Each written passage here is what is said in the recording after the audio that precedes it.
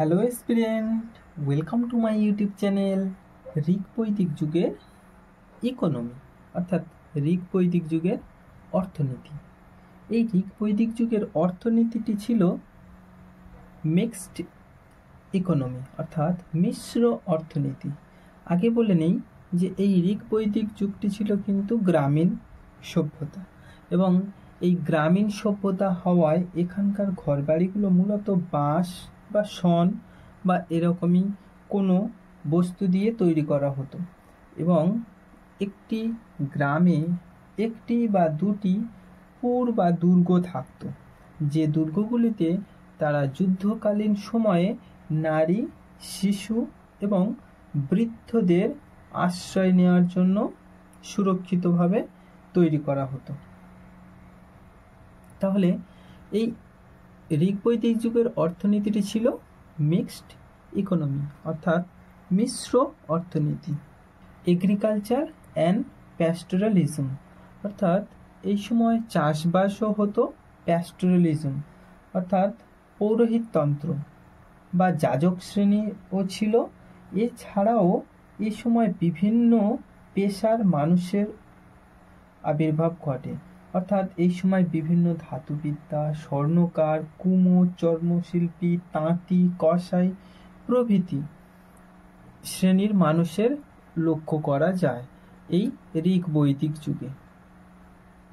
Better knowledge in agriculture এবং তাদের চাষবাস সম্পর্কে খুব ভালো ধারণা ছিল। তারা জানতো sewing, harvesting, threshing and different season. সেই সমস্ত মানুষেরা জানতো বীজ বপন সম্পর্কে, হারভেস্টিং বীজ, সেই বীজকে কিভাবে তারা বপন করার পর সেই বীজ যখন পূর্ণ হয়ে যাবে সেই বীজকে কিভাবে তারা সংরক্ষিত করে রাখবে, থ্রেসিং এবং কিভাবে মাড়াই ঝাড়াই করবে, এবং ডিফারেন্ট সিজন অর্থাৎ বিভিন্ন ঋতু সম্পর্কেও তাদের জ্ঞান ছিল। বিভিন্ন ঋতু সম্পর্কেও তাদের জ্ঞান ছিল। ওয়ার, এই সময় যুদ্ধ মূলত জায়গা জমি বা সম্পত্তি দখলের লড়াই হতো না।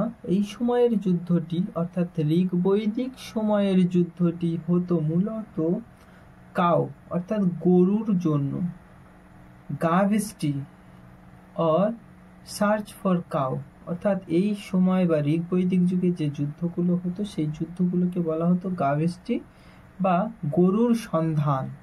আমরা এই মহাভারতের যুগে দেখেছি যে যখন ইন্দ্রপ্রস্থের নগর পূজার জন্য গরু যাচ্ছিল তখন সেই গরুগুলো চুরি করা হয়েছিল, যে কারণে সেই নগর পুজোকে পিছিয়ে দেওয়ার লক্ষ্য হিসেবে পরিকল্পনা করা হয়েছিল, কিন্তু অর্জুন সেই লক্ষ্য পূরণ হতে দেয়নি। এই যে যুদ্ধটা করে ওই গাভীগুলোকে ফিরিয়ে এনেছিল, এই যুদ্ধগুলিকে বলা হতো গাভেস্টি। তাহলে ঋক বৈদিক যুগে এই গাভেস্টি যুদ্ধ হতো অর্থাৎ গরুর সন্ধান করা। এবং এই সময় গরুকে যেমন অনেক বেশি গুরুত্ব দেওয়া হয়েছিল, ঠিক তেমন হর্স অর্থাৎ ঘোড়াকেও গরুর সমান প্রায় গুরুত্ব দেওয়া হয়েছিল, কারণ গরুর মতো ঘোড়াও অনেক বেশি কার্যকরী হয়ে উঠেছিল এই ঋক বৈদিক যুগে। এছাড়াও আরও অন্যান্য পশু ছিল, যার মধ্যে ভেড়া, তাকেও বেশ ভালো গুরুত্ব দেওয়া হয়েছিল, কারণ এই ভেড়ার থেকে অনেক পশম পাওয়া যেত। Cow was the standard unit of exchange এবং এই সময় বিনিময় প্রথা বর্তমান ছিল। তাহলে ওই সময়ের বিনিময় প্রথাতে গরু একটি গুরুত্বপূর্ণ ভূমিকা পালন করত, অর্থাৎ কোনো বৃহৎ পণ্যের পরিবর্তে গরু বা গাভীকে দেওয়া নেওয়া হতো, অর্থাৎ এক্সচেঞ্জ প্রথা বা বিনিময় প্রথা অনুসারে সেই সময়ের ব্যবসা বাণিজ্য চলত। নিষ্ক এবং কৃষ্ণা, শতমান এবং মনা নামে স্বর্ণমুদ্রা বা গোল্ড কয়েন এই সময় প্রচলিত ছিল। তবে এই গোল্ড কয়েনগুলো দিয়ে তারা ব্যবসা বাণিজ্য করতো কিনা সে সম্পর্কে ক্লিয়ার এভিডেন্স পাওয়া যায়নি। তবে এটা ধরে নেওয়া হয় যে এই স্বর্ণ মুদ্রাগুলো দিয়ে অনেক উচ্চ মূল্যের জিনিসপত্র কেনাবেচা হতো। তাহলে নিস্কো, কৃষ্ণা, শতমান এবং মনা নামে স্বর্ণ মুদ্রা ঋক বৈদিক যুগে ছিল। গোধূলি ছিল সময়ের পরিমাপের একটি ইউনিট বা একক, অর্থাৎ সময় পরিমাপ করা হতো গোধূলির দ্বারা এবং ডিস্টেন্স বা দূরত্ব পরিমাপ করা হতো গাভত্রী দ্বারা। অর্থাৎ দূরত্ব পরিমাপের একক ছিল গাভত্রী এবং সময় পরিমাপের একক ছিল গোধূলি।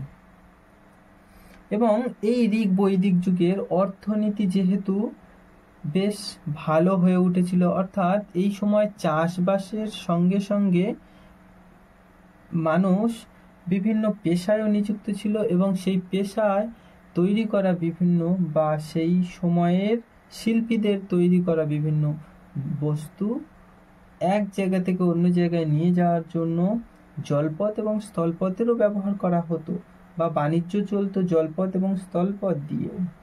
এছাড়াও স্থলপথে গরুই টানা ও ঘোড়ায় টানা গাড়ির প্রচলন অনেক বেশি লক্ষ্য করা যায় এবং জলপথে মূলত বড় বড় পাল তোলা জাহাজ, দাঁড় বিশিষ্ট জাহাজ বা নৌকার অস্তিত্ব লক্ষ্য করা গিয়েছিল। এই বড় বড় দাঁড় বিশিষ্ট নৌকাকে শত অনিত্র অর্থাৎ শত দাঁড় বিশিষ্ট বলাও হতো।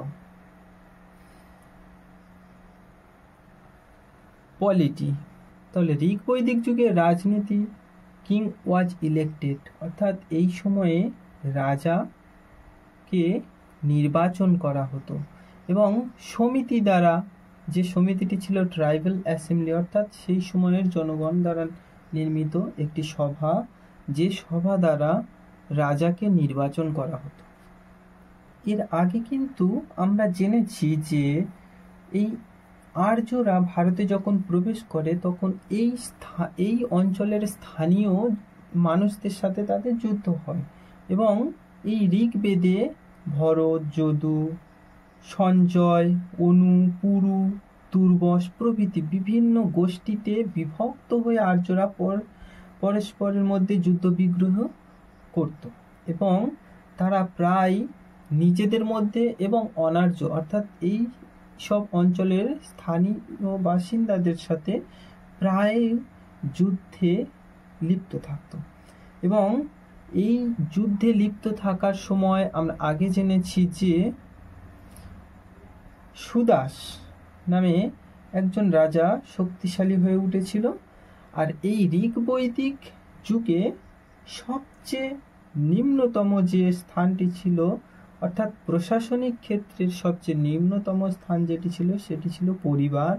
এবং পরিবার কতগুলি পরিবার নিয়ে গড়ে উঠত একটি গোষ্ঠী এবং কতগুলি গোষ্ঠী নিয়ে গড়ে উঠত একটি উপজাতি। এই উপজাতি কিন্তু ছিল এই রাজনৈতিক যে স্তর তার সর্বোচ্চ স্তর। এবং এই ঋক বৈদিক যুগে কয়েকটি শাসনতান্ত্রিক বিভাগেরও উল্লেখ করা যায়, যেগুলিকে বলা হতো গ্রাম 20 জন। তাহলে এই গ্রাম 20 জনগুলিকে একজন প্রধান সেগুলির দায়িত্ব পালন করত, অর্থাৎ যখন গ্রামের শাসনকর্তা হিসেবে কেউ নির্বাচিত হতো তখন তাকে গ্রামণী বলা হতো। এবং 20 কতগুলি গ্রাম নিয়ে 20 গঠিত হতো এবং 20-এর প্রধানকে বিশপতি বলা হতো এবং জনের প্রধানকে গোপ বলা হতো। এভাবে শাসনতান্ত্রিক ক্ষেত্রে নিচে থেকে উঁচু স্তর পর্যন্ত বিন্যস্ত থাকত। সভা, সমিতি, বিদাত এবং গণা।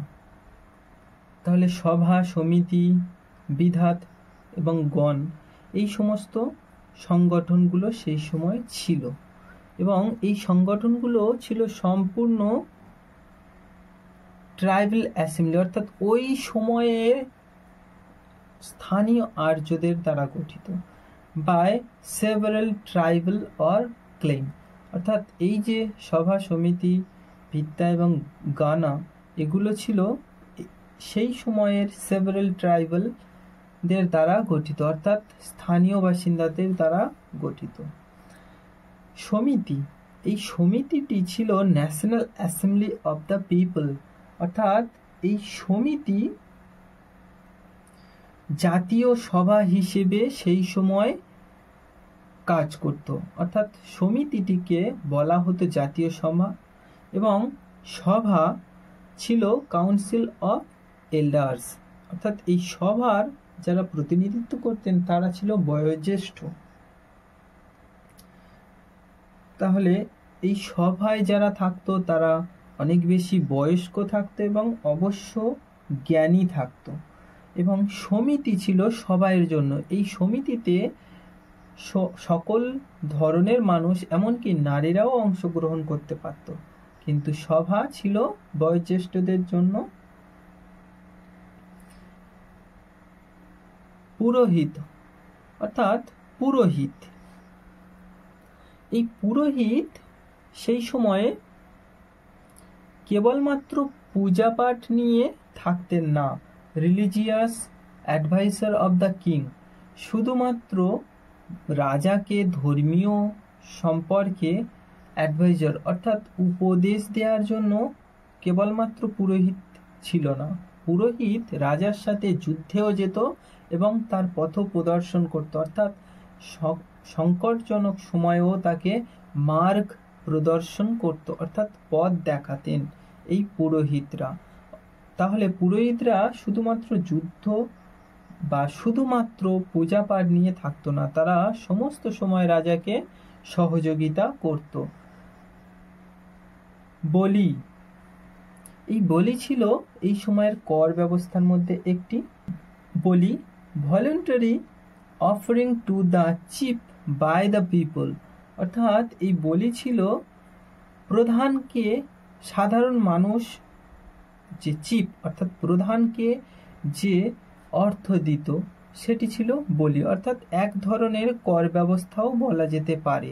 তাহলে ঋক বৈদিক যুগের যে কর ব্যবস্থা ছিল তা এই বলি হিসেবে আমরা জানতে পারি। No regular or standing army, কিন্তু এই সময় কোনো স্থায়ী বা নির্দিষ্ট করা কোনো সৈনিক বা সৈন্যদল ছিল না। তাহলে ঋক বৈদিক যুগে কোনো রেগুলার বা স্ট্যান্ডিং আর্মি ছিল না। গ্রুপস অফ ইনফ্যান্ট্রি অ্যান্ড ক্যারিয়েটার্স, অর্থাৎ এই সময় পদাতিক এবং রথ বাহিনী ছিল অবশ্যই, কিন্তু no regular or standing army, প্রত্যাহিক অর্থাৎ সব সময়ের জন্য কোনো নির্দিষ্ট সৈন্যদল ছিল না, কিন্তু এই সময় কিছু পদাতিক সৈন্য এবং রথ বাহিনী ছিল। ওয়েপন্স, অস্ত্রশস্ত্র হিসেবে made of stone, wood, bone and metal were used, এই সময় অস্ত্রশস্ত্রগুলো পাথর, কাঠ এবং বিভিন্ন পশুর হাড় বা ধাতু দিয়েও তৈরি করা হতো। আর এই ঋক বৈদিক যুগে সবচেয়ে রাজনীতির মধ্যে সবচেয়ে গুরুত্বপূর্ণ ছিল সভা এবং সমিতি। এই সভা সমিতি ছিল সর্ব বিষয়ে আলোচনা করার একটি গুরুত্বপূর্ণ জায়গা, যেখানে সমস্ত বিষয়ে আলোচনা করা যেত। আর এই ঋক বৈদিক যুগে অবশ্য যে পলিটি বা রাজনীতি